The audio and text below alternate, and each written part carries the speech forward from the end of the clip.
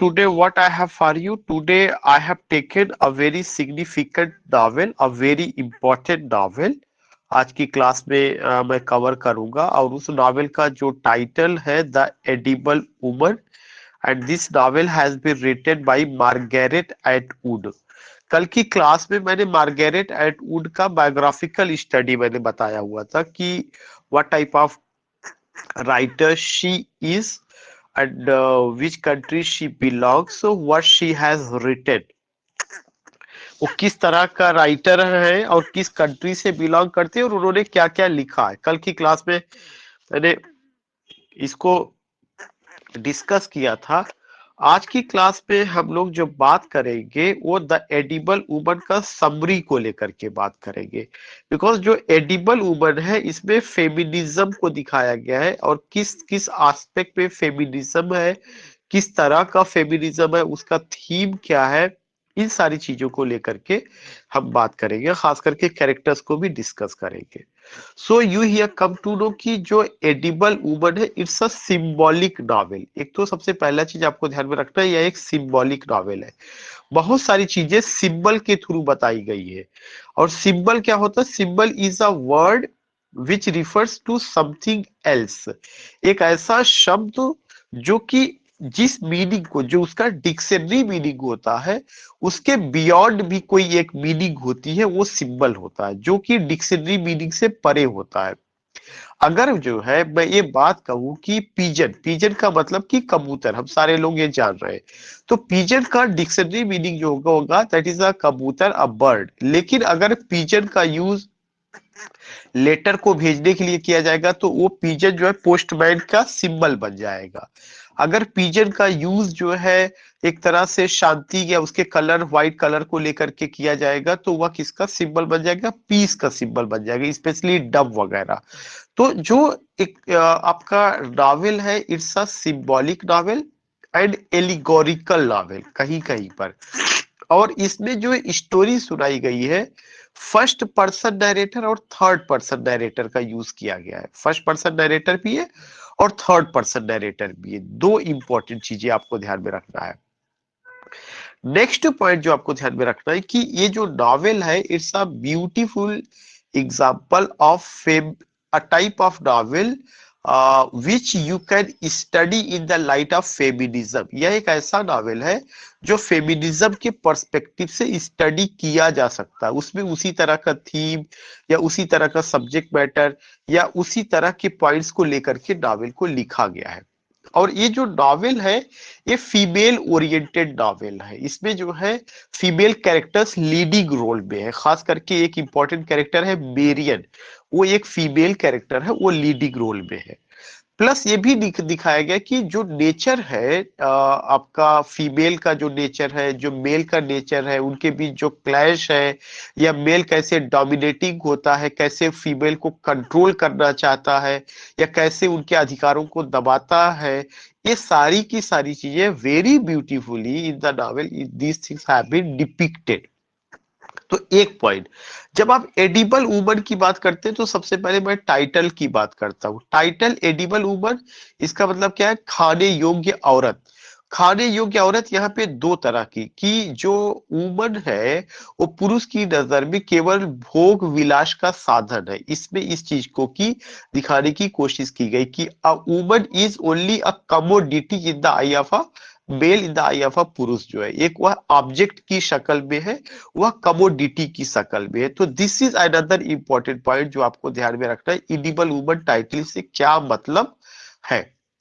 अब सवाल ये उठता है कि क्या जितने कैरेक्टर पुरुष कैरेक्टर्स इसमें दिखाए गए हैं वे सबके सब उसी तरह के नेचर के हैं, या पुरुष कैरेक्टर में जो है अलग अलग नेचर के? No not, you will come to know कि सारे पुरुष वैसे नहीं है, बल्कि यू विल सी कि बहुत सारे ऐसे हैं, they give respect, they give regard and they पे देयर ड्यूटीज ऑनेस्टली। वे अपनी जिम्मेदारियों को बहुत ही अच्छे ढंग से निर्वाहन करते हैं या करते हैं। तो you find here what you find here कि जो एडिबल वुमन है it's a very significant novel, या एक बहुत सिग्निफिकेंट नॉवेल है। और इस नॉवेल में खास करके फेमिनिस्ट पर्सपेक्टिव से चीजों को बताया गया या चीजों को दिखाया गया है।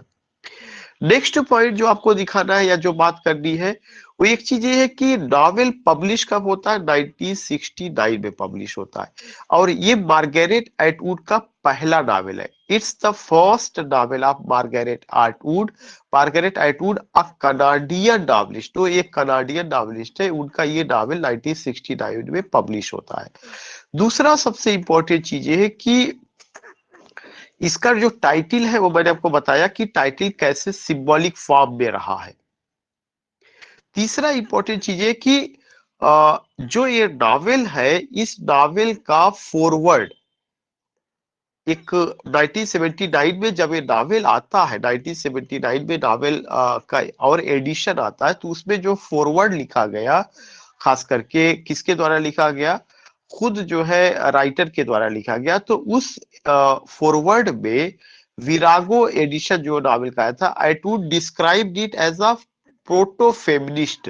उन्होंने बताया कि यह एक ऐसा नॉवेल है जो प्रोटो फेमिनिस्ट की कैटेगरी में आएगा, ना कि आप इसको केवल फेमिनिस्ट के पॉइंट ऑफ व्यू से देखने की कोशिश करिए कि इट्स अ नॉवेल जिसमें कि प्रोटो फेमिनिज्म है, फेमिनिज्म से भी बढ़ करके बातें की गई है। तीसरा पॉइंट ये कि इस नॉवेल के जो पब्लिशर है उनका नाम क्या था, मैकलैंड एंड स्टीवार्ट। पहली बार जब ये पब्लिश हुआ था 1969 में पब्लिश हुआ था। It's the first novel of Margaret Atwood, और इसका जो थीम है आइडेंटिटी क्राइसिस। आइडेंटिटी क्राइसिस के अलावा राइट्स ऑफ वुमन, उसको लेकर के बात की गई है। पब्लिशर इसके जो रहे हैं वो मैकलैंड और स्टीवार्ट रहे हैं। ये नावल जो है क्या किया गया था, फॉलोड बाय सरफेसिंग। इसके बाद जो नावल आया था वो कौन सा नावल था, सरफेसिंग। पहला नावल तो द एडिबल वुमन, इसके बाद जो नावल आया था दैट वाज द सरफेसिंग। अब उसके बाद सवाल उठता है कि इसका थीम क्या है। मैं सबसे पहले थीम को लेके बात करता हूँ। जेंडर स्टीरियोटाइप थीम है। जेंडर स्टीरियोटाइप का मतलब ये हो गया कि बहुत सारी संकुचित मानसिकता के लोग जो है समाज में रहते हैं, जो जेंडर को लेकर के उनकी अपनी एक सोच होती है कि औरत का ये काम है, ऐसे रहेगी, ऐसे उठेगी, ऐसे बैठेगी। तो जो एक ट्रेडिशनल सोच है, पारंपरिक सोच है, जिसमें वो कोई बदलाव नहीं चाहते हैं, उस पॉइंट को लेकर के भी इसमें बात की गई। तो जेंडर स्टीरियोटाइप एक पॉइंट है।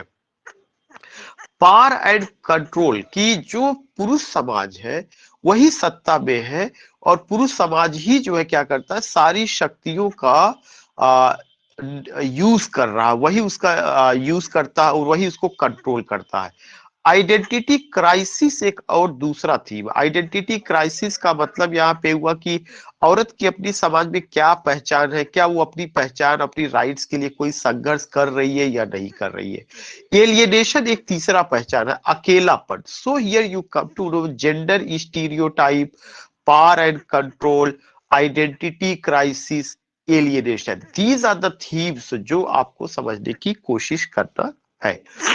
अब उसके बाद ये आता है कि इस थीम में कैसे बताया गया है। इस थीम को सबसे पहले जितनी भी थीम बताई गई है, इसमें एक कैरेक्टर है मेरियान, उसके बाद जब से बताया गया है। मेरियन है क्या, मेरियन एक यंग वुमन है जो कि थोड़ा सा आप कह सकते हैं सेड, स्ट्रक्चर्ड, कंज्यूमर ओरिएंटेड है, और काफी कुछ वो पहले खाना काफी ज्यादा खाती है। लेकिन जैसे जैसे वह एक आप कह सकते हैं कि उसकी एंगेजमेंट होती है और वह एक पुरुष के उसमें आती है, तो उसका अपना नेचर बदलने लगता है। शुरू में जब तक वह किसी मेल के कांटेक्ट में नहीं आई है, किसी पुरुष के कांटेक्ट में नहीं आई है, तो वह इंडिपेंडेंट है। शी इंजॉयज हर लाइफ, और बहुत अच्छे ढंग से वह जीवन जी रही है। लेकिन as she comes in the contact of a male और पुरुष, तो उसको लगता है उसके अधिकारों को दबाया जा रहा है। This is the issue. या आप एक कह सकते हैं कि she is not ready to compromise, या शी इज नॉट रेडी, आप कह सकते हैं कि कोई उसके ऊपर रूल करे। तो एक पॉइंट है जो अभी मैं कैरेक्टर्स को लेकर के बात करूंगा। Following her engagement, Marian feels her body, herself are becoming separated. जैसे ही मेरियन का इंगेजमेंट होता है, वह समझती है, वह ये सोचती है कि वह अंदर से कुछ और महसूस कर रही है और उसका शरीर कुछ और डिमांड कर रहा है। शरीर से और दिमाग दोनों में एक सेपरेशन जैसा महसूस होता है। herself becoming separated. Marian begins endowing food with human qualities, और मेरियन जो है उस तरह का फूड खाने लगती जो ह्यूमन क्वालिटीज का होता है। ऐसा लगता है उसमें कैनिबलिज्म आ चुका है, नरभक्षी जैसा आप कह सकते हैं कि नेचर उसका डेवलप होने लगता है। So simply I want to tell you कि when you go with this novel, जब आप इस नॉवेल को कवर कर रहे हैं, तो एडिबल वुमन जो सिंबल है ये किसके लिए आता है कि एडिबल वुमन ये दिखाया गया है कि फॉर सम मेल्स, कुछ मेल्स के लिए, कुछ पुरुष के लिए जो वुमन है वे कमोडिटी की तरह है। Woman are used as a source of luxurious elements for some पुरुष, फॉर सम मेल, ये इसका टाइटल है कि क्या औरत खाने की चीज है। पॉइंट है जो आपको ध्यान में रखना है। और यह थीम किसके माध्यम से बताया गया है? यह थीम जो है मेरियन नाम की कैरेक्टर के माध्यम से बताया गया है। मेरियन की लाइफ सब कुछ बेहतर चलती रहती है, लेकिन जैसे ही उसका एंगेजमेंट होता है या she become the beloved of someone, तो वह अपने आप को इंडिपेंडेंट नहीं पाती है। तो इसमें कुछ औरतों को भी लिया गया है जो बहुत ज्यादा फ्रीडम चाहती है, और कुछ पुरुष को भी दिखाया गया है जो कि क्या करते हैं कि अपने नेचर में तब्दीली नहीं लाना चाहते हैं। इस तरह की चीजें रही है। थीम मैंने आपको बता दिया। अब उसके बाद एक इंपॉर्टेंट पॉइंट आता है कि कैरेक्टर्स क्या क्या है। जब आप कैरेक्टर्स की बात करते हैं तो एक कैरेक्टर आपका कौन आ रहा है? मेरियन आ रहा है। और मेरियन जो कैरेक्टर है, इस कैरेक्टर को अगर आपको समझना है तो you have to go this particular कि मेरियन एंड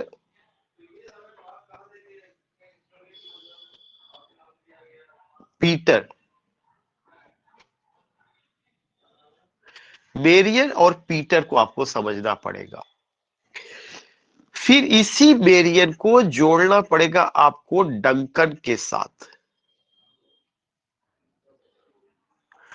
उसके बाद ये एक आपको समझना है, एक दूसरी कैरेक्टर है एल्सिली। एल्सिली को समझना है तो आपको इसको लेन के साथ जोड़ना पड़ेगा, ये आप समझिए। फिर उसके बाद एक लेडी है, lady down below, that is another Clara, is another friend from college. एक लेडी है क्लारा, ये क्लारा को आपको ऑलरेडी जो से जोड़ना पड़ेगा, तब आपको सारी चीजें समझ में आएगी। मैंने लास्ट में एक ट्रायंगल बना करके भेजा हुआ एक और दूसरा पेज। आपको पहले थीम क्या क्या ध्यान में रखना? Identity crisis. दूसरा चीज क्या ध्यान में रखना है? पार, कंट्रोलिंग, कंट्रोल कैसे किया जा रहा है। Now you see here Marian MacAlpin, जो मेरियन मैक आल्पिन है ये क्या है? ये प्रोटेगोनिस्ट है, सेंट्रल कैरेक्टर है। Who is the central character? Marian MacAlpin is the protagonist. ये फर्स्ट पर्सन नरेटर है और पूरा जो नॉवेल को जो है 3 पार्ट्स में नॉवेल को वही नरेट करती है, मेरियन मैकऑल्पिन। इसका मतलब यह है कि मेरियन मैकऑल्पिन कोई दूसरी नहीं बल्कि खुद मार्गरेट एटवुड है। मेरियन जो मैकऑल्पिन है ये जो है सर्वे कंपनी में काम करती है, सर्वे कंपनी में, और वह तमाम तरह के सर्वे में अपना चीजें है। That is another thing. मैं उसके वर्क को लेके नहीं बात कर रहा हूँ, I just want to tell you her nature. Marian MacAlpin जो है ना बहुत ज्यादा मॉडर्न है ना बहुत ज्यादा ट्रेडिशनल है, ना बहुत ज्यादा मॉडर्न है ना बहुत ज्यादा ट्रेडिशनल है। आपको ये बात कैसे समझ में आएगी? ये बात आपको तब समझ में आएगी जब आप एल्सिले को बात करेंगे। एल्सिले जो है ये मेरियन की रूममेट है, ये भी मेरियन के ही कमरे में रह रही है, और वह एक इलेक्ट्रिक टूथ ब्रश कंपनी में काम करती है, लेकिन बहुत ही मॉडर्न ख्याल की लेडी है। और वो कहती है कि मैं मां बनना चाहती हूँ लेकिन बगैर शादी के, मैं शादी नहीं करूंगी, but I want to be a mother, I want to be the mother of a baby without marrying. ये उस समय की बात है जब 1969 का कनाडा रहा है। आप ये सोचने की कोशिश करिए कि उस समय के 69 के कनाडा में उस समय एक ऐसा कैरेक्टर है जो कि इस बात को, ऐसा नहीं ये आज के समय हो रहा, बहुत पहले से इस तरह के थॉट्स आपको देखने को मिलेगा। तो एल्सिले और मेरियन में यही फर्क है। जो एंसले है वो एक फैशनेबल लेडी है, मॉडर्न ख्याल की लेडी है, उसका रेडिकल थॉट है और वह किसी कस्टम, किसी परंपरा में बंद करके नहीं रहना चाहती है। उसका ड्रीम क्या है? She wants to be mother of a baby but without marrying, बगैर शादी किए हुए वह बनना चाहती है, होना चाहती है। इसके लिए वह क्या करती है? इसके लिए वह लेंस स्लैंग से जो है सेक्सुअल रिलेशन बनाती है या सेक्सुअली उसको सिड्यूस करती है। शी सिड्यूसेस। ये प्रपोजल किसकी तरफ से गया हुआ है? एल्सले की तरफ से गया हुआ है। तो आपको अगर ये समझना है कि उस समय की, जो मैंने बताया कि जो फीमेल इसमें कैरेक्टर्स है, वो फीमेल कैरेक्टर्स पे तीन तरह की कैरेक्टर है। एक तो मेरियन है जो ना बहुत पारंपरिक है ना बहुत आधुनिक है। एक कैरेक्टर एल्सली है जो कि बिल्कुल आधुनिक है, और एक कैरेक्टर क्लारा है जो कि बिल्कुल पारंपरिक है। तो इस तरह के कैरेक्टर्स को आपको समझना है। अगर आपको बेरियन को समझना है तो उसके लिए एल्सिले को समझना जरूरी है। बेरियन किस तरह की कैरेक्टर है? बेरियन is not too traditional, not too modern. ना तो वह बहुत ट्रेडिशनल है ना बहुत ही मॉडर्न है, बल्कि बीच की है।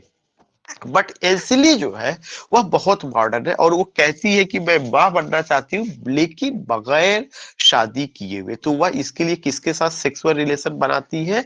ले स्लैंग के साथ। और एक समय वह उसको बताती भी है कि now I am pregnant and I am the mother of your baby in near future, I will be the mother of your baby in near future. तो उस कनाडा में एक परंपरा ये भी रही है, जो कि, या एक समाज ऐसा भी रहा है जो इस ख्याल का था कि शादी से पहले भी मैं मां बन सकती हूँ। लिव इन रिलेशनशिप की जो बातें हो रही है।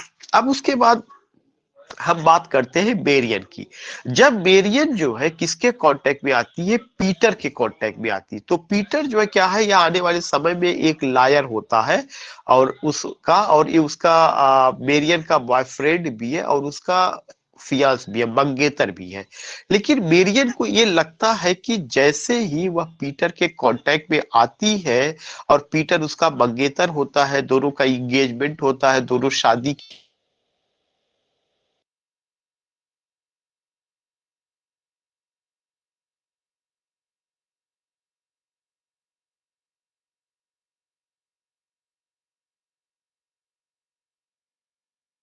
वह मास्कुलिनिटी है। उसमें मास्कुलिनिटी का मतलब कि उसका नेचर कुछ ऐसा है कि उसके अंदर है, वह चीजों को जो है अपने अंडर में रखना चाहता है। So many things you will come to know. तो अब यहाँ पे मेरियन जो है पीटर से इंगेज हो चुकी है, उसका इंगेजमेंट हो चुका है, शादी का प्रपोजल भी हो चुका है। लेकिन you will come to know, दोनों का नेचर अलग है, दोनों के विचार अलग है। इस तरह से दोनों का रास्ता अलग हो जाता है। दोनों एक अलग दुनिया, अपनी अलग अलग दुनिया दोनों की है, और दोनों में मैचिंग नहीं होता है।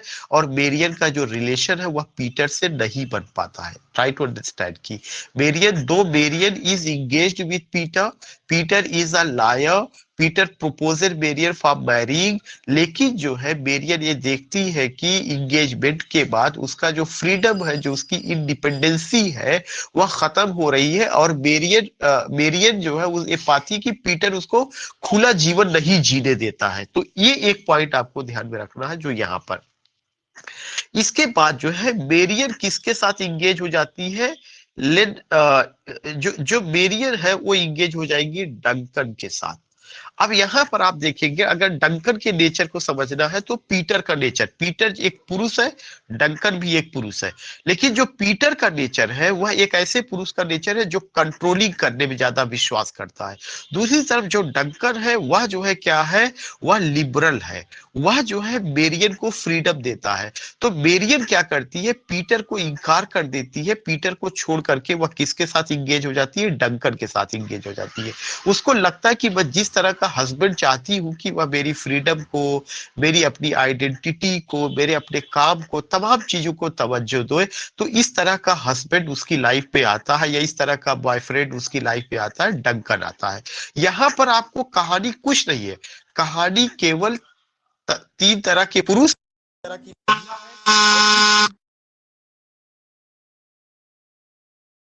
अगर आप ये नेचर समझ लेंगे तो समझिए कि पूरी स्टोरी आपको समझ में आ जाएगी।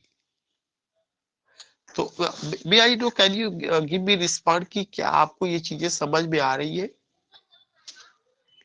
Can anyone tell me?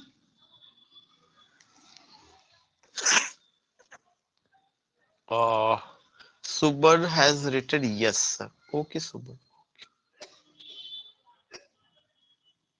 Okay.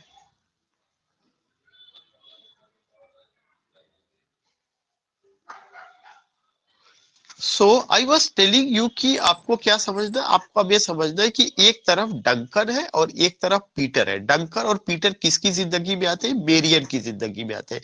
लेकिन मेरियन क्या करती है? डंकन को प्रिफर करती है और पीटर को इग्नोर कर देती। क्यों? जैसा हस्बैंड वो चाहती है, जैसा पुरुष वो चाहती है, वैसा पुरुष उसकी लाइफ पे आते हैं। ये तो एक कहानी हो गई। अब दूसरी कहानी किसका? क्लारा बेट्स का है। ये तीसरी औरत है जो नॉवेल में इंपॉर्टेंट रोल अदा करती है। यह बिल्कुल ट्रेडिशनल है। इसकी शादी हो चुकी है और इसका तीसरा बेबी होने वाला है। इसके हस्बैंड का क्या नाम है? जो है। और जो बड़ा केयरिंग हस्बैंड है, वो अपने बच्चों को टाइम से खाना खिलाता है, उनका डायपर बदलता है। ये एक ऐसा परिवार है जो ट्रेडिशनल है लेकिन बहुत ही सक्सेसफुल फैमिली दिखाई गई है। They are enjoying the life, they are passing happy life. और वो जो है क्या है कि आप कह सकते हैं क्लारा बेट्स, ये जो क्लारा बेट्स कैरेक्टर 3 बच्चों की माँ है। लेकिन उसकी जीवन की सबसे खुशी की बात है कि उसका हस्बैंड बहुत केयरिंग है और उसका हस्बैंड पार्टिसिपेट करता, हर वर्क में पार्टिसिपेट करता, जो काम जरूरी है सारे काम में वह पार्टिसिपेट करता, उसकी मदद करता। तो कहीं से भी क्लारा को ये शिकायत नहीं कि मेरा हस्बैंड ऐसा है या मैंने शादी कर ली, मेरे 3 बच्चे हो गए और 3 बच्चों का बोझ मैं कैसे निभा पाऊंगी, मेरा हस्बैंड इस तरह से है, उस तरह से। These things you don't see, these things you don't find. what I want to say, what I want to tell you कि the novel is very interesting, लेकिन आपको बस समझना यही है कि the novel is a novel which tells the different nature of different main and the different nature of different woman, कि उनके डिफरेंट नेचर को बताता है। और यह डिफरेंट नेचर मेरियन का अलग है, एल्सिली का अलग है और आपका क्लारा का अलग है। ये तीनों फीमेल कैरेक्टर हो गई। इसके अलावा जो है 3 पुरुष है। पीटर का नेचर अलग है, लेन का नेचर अलग है, डंकन का नेचर अलग है और जो का नेचर अलग है। तो इस तरह से जो है क्या करते हैं कि आपने नॉवेल में इस फेमिनिस्ट अप्रोच को दिखाया गया कि जो एक आइडियल कपल आता है, जिसमें एक आइडियल हस्बैंड, एक आइडियल पुरुष जो पार्टिसिपेट करता है, बदलते वक्त के साथ जो है सारा चीज परंपरा को भी फॉलो करता है। मॉडर्न उन्होंने मैरिज किया, उनके बच्चे हुए और उसमें आधुनिकता क्या है कि जैसे लगता है कि जो जो क्लारा का हस्बैंड है उसमें जेंडर सेंसिटाइजेशन बहुत है। उसको लगता है कि ये काम अगर वो अपने बच्चे का डायपर बदल दे रहा है तो ये काम जो है शर्म की बात नहीं, ऐसा नहीं किया केवल स्त्री का ही काम है। पुरुष होने के नाते, हस्बैंड होने के नाते यह उसका भी काम बनता है कि वह जो उसका डायपर बदले, वह जो पार्टिसिपेट करे, अपने रोल को, अपने किरदार को निभाए और ईमानदारी से इन सारी चीजों को फॉलो करें। तो आई हैव डन, मुझे लगता है कि आपको समझ में आ गया। बहुत ज्यादा उसको खींचने से कोई मतलब नहीं है, यही स्टोरी है, यही सारी चीजें थी।